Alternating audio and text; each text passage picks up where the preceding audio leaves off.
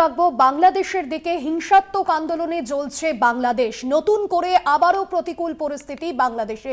রবিবার থেকে নতুন করে বিক্ষোভ, হিংসার আগুন এবং আজ থেকে বিক্ষোভকারীরা কোটা সংস্কার বিরোধী যে আন্দোলন, সেই আন্দোলন নতুন করে শুরু হয়েছে এবং পাশাপাশি ইন্টারনেট পরিষেবাও বন্ধ গোটা দেশ জুড়ে। আর এই পরিস্থিতির মধ্যেও আমাদের বাংলাদেশের প্রতিনিধি সাইদুল হাসান খোকন এই গোটা পরিস্থিতি তুলে ধরেছেন ফোনে। শুনুন, দেখুন। বাংলাদেশের ছাত্রদের যে অসহযোগ আন্দোলন চলছে তার আজকে দ্বিতীয় দিন। কাল প্রথম দিনে বাংলাদেশের বিভিন্ন স্থানে সংঘর্ষে কমপক্ষে 100 জনের প্রাণহানির ঘটনা ঘটেছে, যে কারণে গতকাল সন্ধ্যা থেকেই দেশে কারফিউ দেওয়া হয়েছে এবং সেই কারফিউটি কঠোরভাবে চলছে। আজ সকাল থেকে কোনো রকম কোথাও যান চলাচল বা ঢাকা শহরে কোথাও মিছিল মিটিং করতে দেওয়া হয়নি। পরিস্থিতি অনেকটাই স্বাভাবিক আছে, তবে ঢাকার বাইরে দু একটি জায়গায় সংগঠিত হওয়ার চেষ্টা করছে আন্দোলনকারীরা। এবং আজকে মূলত ছিল ছাত্রদের ঢাকা ঘেরাও কর্মসূচি বা ঢাকা চলো কর্মসূচি। সেই কর্মসূচিতে এখন পর্যন্ত ঢাকার শহরে তারা ঢুকতে পারেনি, কারণ বিভিন্ন স্থানে সেনাবাহিনী, পুলিশ, বিজিবি সহ বিভিন্ন বাহিনীর লোকজনরা দাঁড়িয়ে এটা প্রতিরোধ করার চেষ্টা করছে।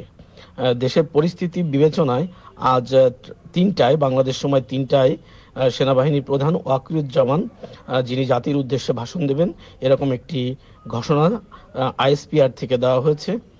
সেটি নিয়ে এখন দেশে আলোচনা চলছে এবং সেনাপ্রধান বলেছেন যে তিনি যে ভাষণ দেবেন সে পর্যন্ত সবাইকে অপেক্ষা করার জন্য।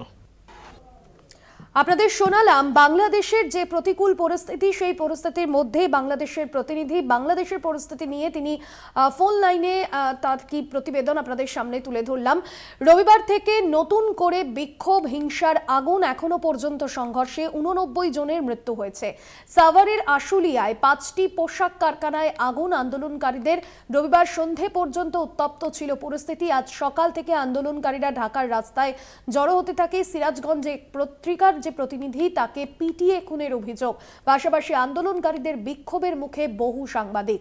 তাদের গাড়ি, ক্যামেরা ভাঙচুরের অভিযোগ। ঢাকা সহ দেশের বিভিন্ন জায়গায় থানায় হামলা চলছে। সহিংসতায় প্রাণহানির পরিপ্রেক্ষিতে নাশকতাকারীদের বিরুদ্ধে আইনের সর্বোচ্চ ক্ষমতা প্রয়োগের হুঁশিয়ারি দিয়েছে ঢাকা মহানগর পুলিশ, ডিএমপি। আজ আন্দোলনকারীদের ঢাকা চলো অভিযান। ঢাকার রাস্তায় সকাল থেকেই জড়ো হয়েছেন আন্দোলনকারীরা। দুপুর 3টে জাতির উদ্দেশ্যে ভাষণ দেবেন সেনাপ্রধান।